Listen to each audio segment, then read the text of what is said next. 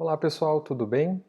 Na animação de hoje nós vamos entender melhor a relação da dislipidemia com a aterosclerose, aquelas placas de gordura conhecida como ateroma que podem então predispor, por exemplo, a um infarto agudo do miocárdio e até mesmo um AVC, acidente vascular cerebral.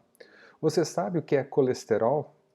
Então ele é extremamente importante para o nosso organismo e em excesso, ele pode causar alguns tipos de problemas. Mas por que é fundamental? Primeiramente, vamos entender por que é necessário nós termos níveis adequados de colesterol. Primeiramente, o colesterol faz parte da membrana plasmática de todas as células, principalmente os fosfolipídios, mas o colesterol vai dar fluidez às membranas biológicas. Além disso, o colesterol é precursor dos sais biliares para a formação da bile, precursor também de hormônios esteroidais, como os hormônios sexuais, testosterona, progesterona, estrógeno, enfim, colesterol é essencial. Mas agora, se ele está acima dos valores recomendados, vão surgir problemas. Então, vamos estudar estes problemas em relação ao colesterol elevado e o que ele pode causar no nosso corpo. Bom, eu vou entrar aqui no corpo humano e nós temos aqui a vesícula biliar, onde é armazenado a bile, que é formada a partir do colesterol, e quem produz esta bile é o fígado. Então, se uma pessoa tem pedras na vesícula, ela muitas vezes tem que retirar aquela vesícula biliar. Então, ela fica com a digestão de lipídios mais afetada, mais diminuída, no sentido de faltar esses elementos para fazer a emulsão da gordura. Então, para que serve a bile? Emulsificar a gordura para ter lá acesso à lipase, por exemplo, pancreática e conseguir quebrar os triacilgliceróis. Então, quem produz a bile? Fígado. A partir do que? Colesterol. Para que é a vesícula? Para armazenamento. Então, se a pessoa retirou a vesícula biliar, ela vai ter uma dificuldade na digestão de lipídios. Então ela vai conseguir fazer, só que ela vai ter uma lentificação.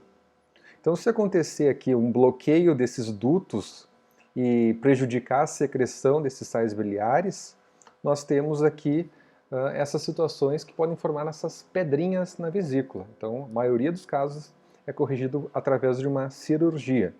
Então quando em excesso o colesterol pode cristalizar-se na bile e formar pedras que bloqueiam os dutos da vesícula biliar. Vamos ver aqui na circulação. Olha só. Aqui eu tenho um vaso sanguíneo. E aqui eu tenho uma placa de gordura. Essa placa de gordura é chamada de ateroma. Então, quando é acumulado um excesso de colesterol, principalmente o LDL, que significa lipoproteína de baixa densidade, ou para vocês não esquecerem, logo Deus leva, porque quando está elevados os níveis de LDL, pode causar então a formação de um ateroma, essa placa de gordura que favorece a aterosclerose, que é um tipo de arteriosclerose. Notem que são duas palavras bem parecidas. Atero, sem o R, que é essa placa de gordura, que é um tipo de arteriosclerose. Então, essa arteriosclerose, vou focar bem aqui no R, ela então causa um espessamento, ela é uma doença degenerativa da artéria. Então, ela causa um espessamento, fica mais rígida, e esse tipo de acúmulo de gordura, no caso do ateroma, é o que nós chamamos de aterosclerose. Então, aqui nós temos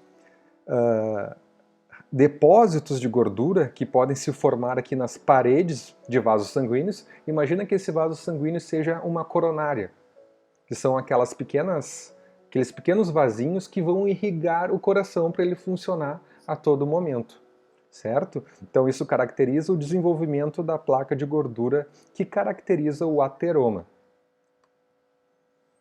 Então, à medida que o ateroma aumenta, olha só, diminuiu o lúmen do vaso sanguíneo e ficou mais difícil passar sangue, levando glicose, levando oxigênio e removendo também os metabólitos.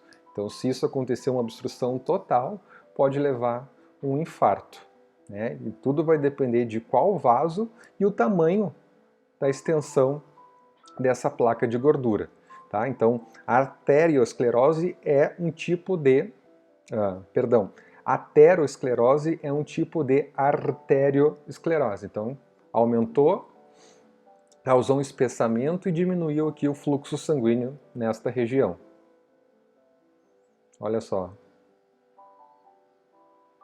As artérias ficam ásperas e estreitas, a perda na elasticidade, visto que tem a musculatura lisa na parede desses pequenos vasos, né, dessas artérias, e o fluxo sanguíneo diminui, comprometendo então o funcionamento do coração, né, levando ao infarto, rins, pode causar então uma trombose na artéria renal, e no cérebro o acidente vascular cerebral.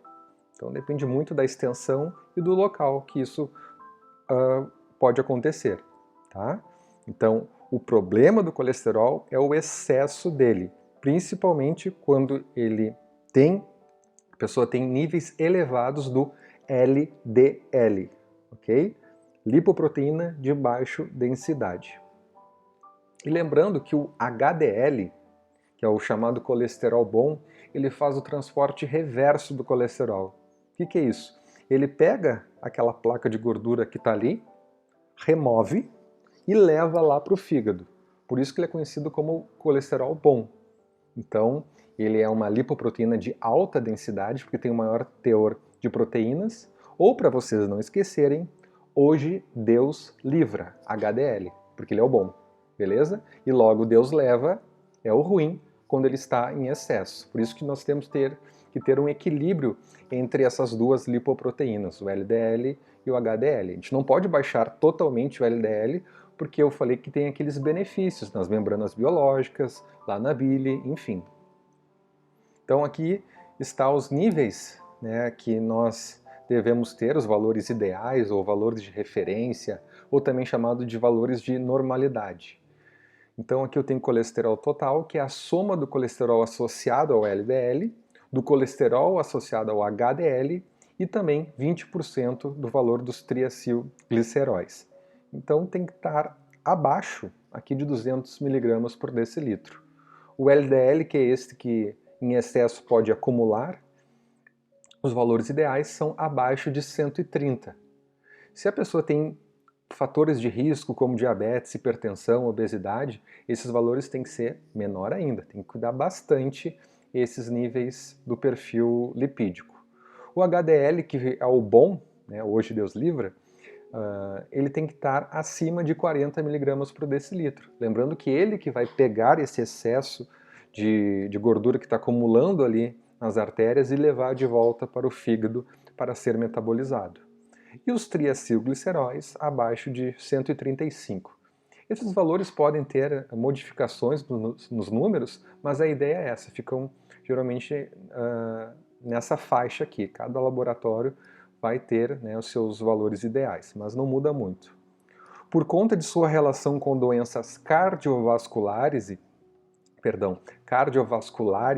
a análise de lipídios no sangue tem se tornado importante para avaliar o risco de desenvolvimento de várias doenças. Então, a manutenção do perfil lipídico é fundamental, né, para evitar e diminuir o risco dessas complicações, principalmente ao sistema cardiovascular.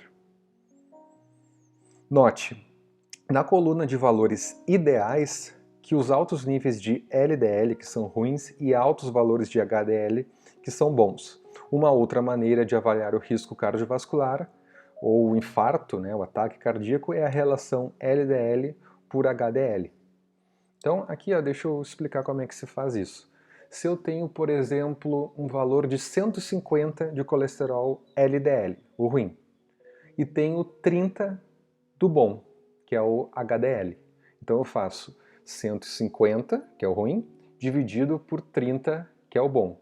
150 dividido por 30 vai dar 5. Então, para eu ter uma noção de avaliação desse risco cardiovascular. Se der um resultado maior do que 3, significa que a pessoa já tem um risco de desenvolver, por exemplo, um infarto agudo do miocárdio. Então, nós temos que ter essa razão, o resultado, né, do LDL dividido por HDL abaixo de 3. É uma média aqui, ó. Aqui nessa descrição, valores 3,2 para mulheres e 3,5 para homens. Então já teve algumas mudanças em relação a esses números. Esse aqui é o chamado índice de Castelli e é recomendado valores abaixo de 3. Obviamente, se tiver um pouquinho a mais, daí tem que ser avaliado pelo cardiologista, dependendo das variações daquele indivíduo, se ele já tem outro tipo de patologia associada, ou enfim, a faixa etária. Então esses valores podem mudar. Mas lembrem isso aqui que eu estou comentando com vocês. Eu vou calcular o índice de Castelli pelo LDL e HDL. Se tiver acima de 3, opa, tem que dar uma cuidada aí bastante no perfil lipídico, né, fazer exercícios físicos que também modulam, consumo de azeite, de ácidos graxos monoinsaturados também aumenta o HDL. Então são vários fatores que devem ser cuidados para um controle adequado e diminuir esse risco cardiovascular, certo? Olha só, o LDL. Por isso, há quem chame o LDL de colesterol ruim e o HDL de colesterol bom. Ó, o HDL limpando, né, pegando essa gordura e levando de volta para o fígado. E se tiver um excesso de LDL, ele está jogando ali as impurezas, vamos imaginar assim, no corredor, que é o lúmen dos vasos sanguíneos. Então começa a acumular aquele lixo, né, aquela placa de gordura, formando o ateroma. Isso leva a um processo inflamatório nas artérias e tem também uma liberação de citocinas. Então o que acontece?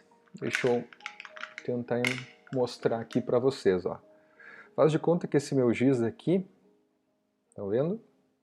É o ateroma, a placa de gordura. Bom, como tem um processo inflamatório aqui, acontece o seguinte: são recrutados macrófagos, células do sistema imune, para fagocitar, para comer essa placa de gordura. Tá? Então, o giz aqui vermelho é um fagócito e ele comeu aqui a placa de gordura, o LDL. O que vai acontecer? Vão formar as chamadas células espumosas. Células espumosas é uma modificação, é um macrófago que comeu o LDL, esse colesterol ruim, que estava em excesso. Então ele começou a liberar ali, naquele local da artéria, produtos inflamatórios, né, citocinas, e isso favorece também o aparecimento de mais células. E isso vai acumulando naquela artéria e pode causar um problema maior, né, como infarto, se for uma coronária, ou em outras artérias e causar outros problemas nos órgãos. Então é muito importante nós termos o controle, níveis adequados deste HDL e também do LDL. Deixa eu dar um exemplo mais prático. Eu preciso de LDL, eu falei, eu só não posso ter um excesso. Pessoas, principalmente mulheres, que têm anorexia, elas têm um sintoma que está relacionado ao baixo nível de LDL. Como assim, professor? Olha só, se a mulher tem anorexia, ela não está ingerindo calorias adequadas. Não tem níveis adequados de carboidratos, proteínas, lipídios, muito menos lipídios, né? Bom, a gente pode formar lipídios a partir de carboidratos, mas também está em falta. O que eu falei que o colesterol é importante? Das membranas e também para a síntese de hormônios sexuais. No caso aqui, se for uma mulher com anorexia, síntese defeituosa de progesterona e estrógenos de forma geral. E qual é um dos sintomas que essas mulheres que têm uma anorexia grave, né, têm? A chamada amenorreia, que é uma interrupção da menstruação. Então, na menstruação eu preciso de níveis mais elevados de progesterona e estrógeno, só que eu não tenho a matéria-prima, não tenho esse colesterol. Por isso, esse sintoma. Então eu preciso de níveis baixos, mas preciso de LDL. Então essa é a relação que eu queria comentar com vocês. Mas não se deixe enganar, ambas as partículas possuem um papel importante, como eu falei, o que de fato é ruim, né, o excesso dessas partículas. Aqui estão os créditos da Fundação CCRJ e até mais, pessoal. Valeu!